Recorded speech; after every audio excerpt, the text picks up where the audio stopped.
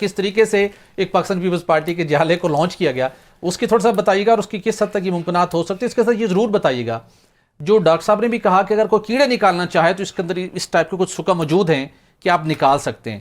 تو اگر کیڑے نکالنے کی کسی نے کوشش کی تو پھر بلے کا نشان غائب ہونے کا خدشے.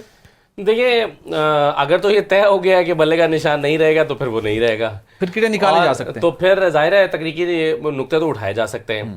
اور اگر کسی اور جماعت کے بارے میں بھی طے ہو جائے کہ اس کے الیکشن درست نہیں ہے تو اس کے لیے بھی ہو سکتا ہے.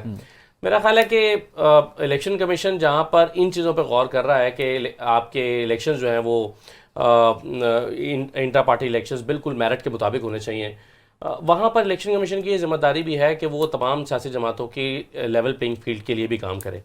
ان سے سوال ہوا تھا کہ جی آپ اس کو انشور کیوں نہیں کر رہے، تو انہوں نے کہا کریں گے.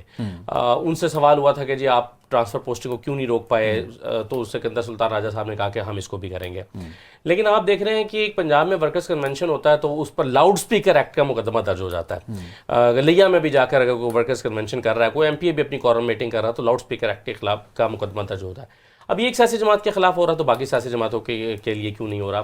تو ہم یہ دیکھ رہے ہیں کہ ایک خاص ٹریٹمنٹ ایک سیاسی جماعت کے لیے چل رہا ہے. جس نقطے کی آپ بات کر رہے تھے، میں گور خان کے حوالے سے بات کر رہا تھا، جو بات ادھوری رہ گئی تھی وہ یہ کہ طرح طرح کی سٹوریز چل رہی ہیں. اس میں سے ایک سٹوری یہ بھی چل رہی ہے کہ فراق گوگی اور بشرا بی بی کے ساتھ ڈیل ہوئی ہے، 10 ارب روپے ادا کریں گے گوہر خان ان کو چیئرمین بننے کے لیے، اور عمران خان سے اسی 10 ارب روپے پہ ڈیل ہوئی ہے.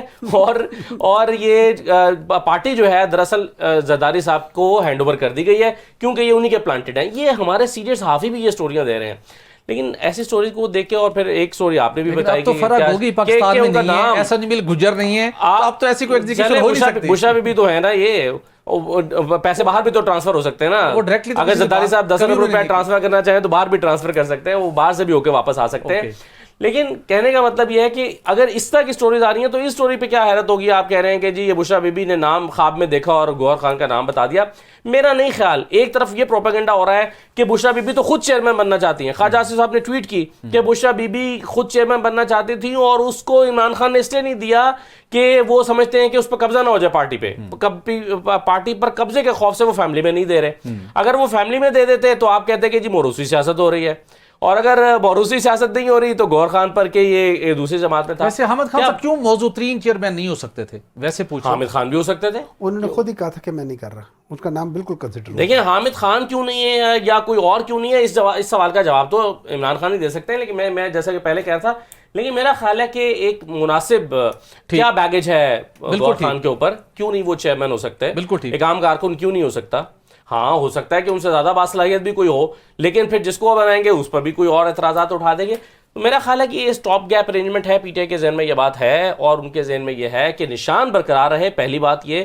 اور اس نشان کے برقرار ہوتے ہوئے اگر الیکشن ہوتا ہے، اچھا رزلٹ آ جاتا ہے، تو پھر جو نئی حکومت آئے پاکستان تحریک انصاف کی، وہ راہ ہموار کریں عمران خان کے باہر آنے اور دوبارہ سے چیئرمین.